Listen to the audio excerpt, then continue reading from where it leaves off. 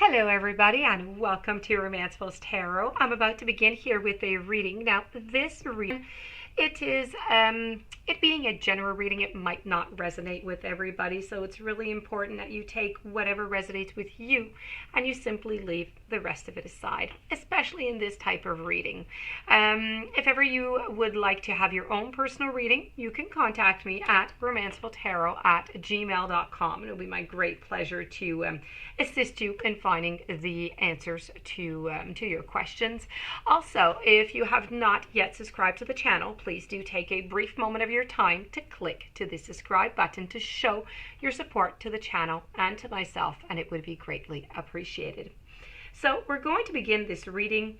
This reading here, I would like to mention that prior to recording, I have channeled your past loved ones for the beautiful sign of Aquarius.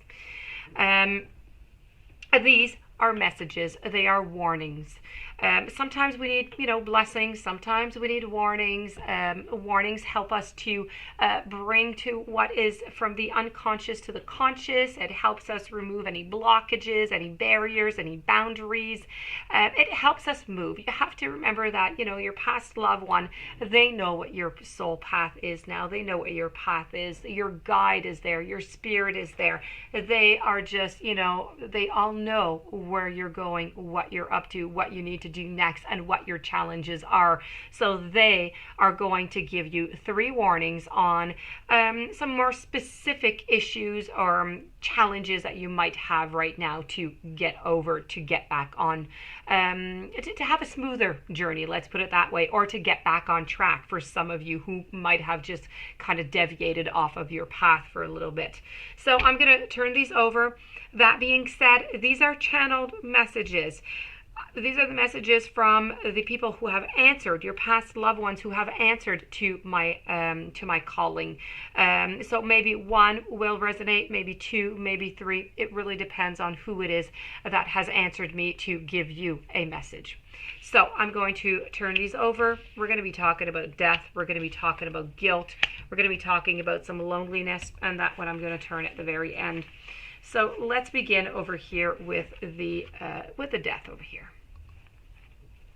This is really about learning that endings are really beginnings. Okay?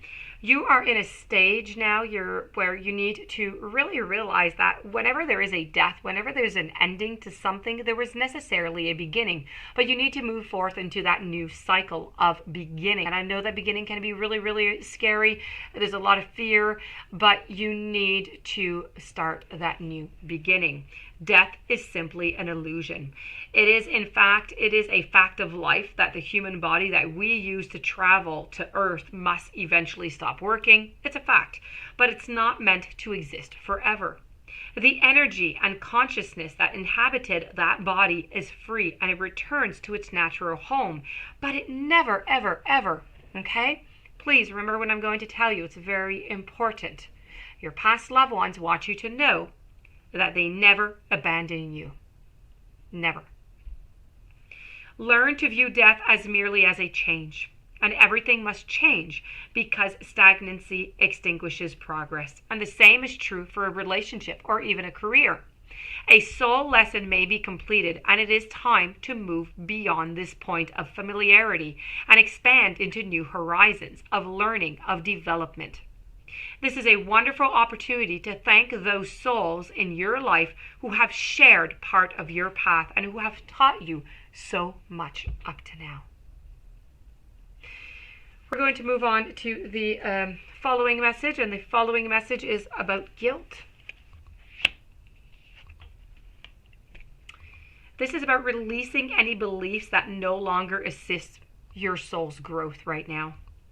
The energy of fear has many guises to complicate your path and to loving yourself. Guilt is really the most devious because it is a wolf in sheep's clothing. It is a self-imposed emotion that pretends to be instructive and enlightening. But guilt can help us grow when we realize that our actions have been hurtful to others and that we need to make amends.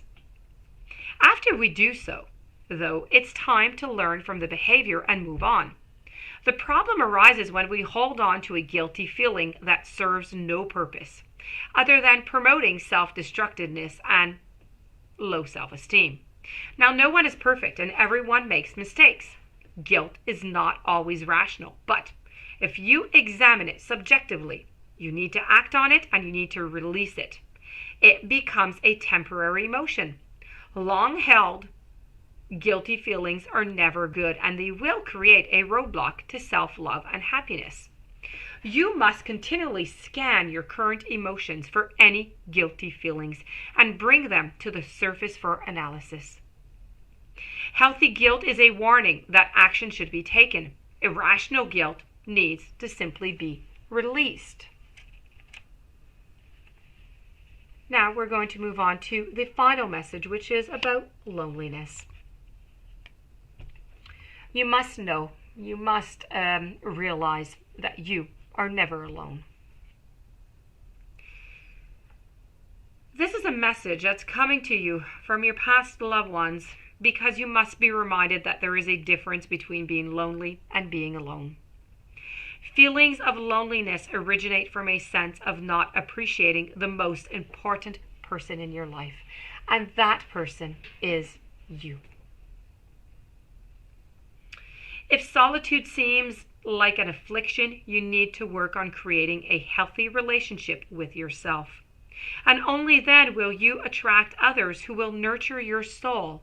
And if you don't develop a healthy relationship with yourself first, you will only draw unhealthy relationships to you. Now, to create a healthy, positive relationship with yourself, you must begin to feel worthy of love. The pessimism in this physical dimension can affect your self-esteem if you don't have the strong conviction that you are valuable and that you are quite meaningful. Don't view solitude as a weakness. It is merely your soul telling you that it is time to do some inner work and to reevaluate your path before you start to shine. And as you sit in silence of your soul, you will realize that your spirit family, your teachers, and your guides are with you, and you are never, ever, ever alone. Now we're going to move over to the oracle. And we have forgive yourself. In school, you're not always going to give the right answers. In school, sometimes you're going to act out. Sometimes you're just not going to focus on the lesson at hand. And sometimes you're going to be cruel. Have you ever looked back at your time in school and not been able to forgive yourself for these type of transgressions? Probably not. Well, you have chosen Earth as your schoolroom and you should be just as lenient. You are here to learn. It's important to forgive yourself when you make errors. Living with the guilt of the past deeds blocks the energy of the future. And each soul progresses in its own time. But when you don't allow forgiveness, you are shutting off the heart and telling the universe that, you know what, you're not worthy to receive. And if you caused pain to another, it is imperative to apologize to them, in addition to forgiving yourself. The guides can't stress enough the importance of forgiveness, either to yourself or to another. Carrying that negative energy of guilt as well as the negative energy of resentment back to the spirit world causes unwanted karmic entanglements, and you do not want that. Not clearing this energy while you're still in this physical dimension before you make your own transition to spirit is a huge source of regret for many souls, so you must act now. That being said, my dear friends Aquarius, this does complete your beautiful reading with your past loved ones. I hope that you were able to resonate. I hope that you enjoyed the reading. I hope that it's going to help you put some boundaries down. It's going to help you to have a little less, to have a smoother ride onto your journey. If you do have any questions or you would like a reading, you can contact me. Please don't forget to subscribe to the channel. Stay tuned for any following readings and have yourself a blessed day filled of love. And I will see you tomorrow with another reading. Thank you for being there.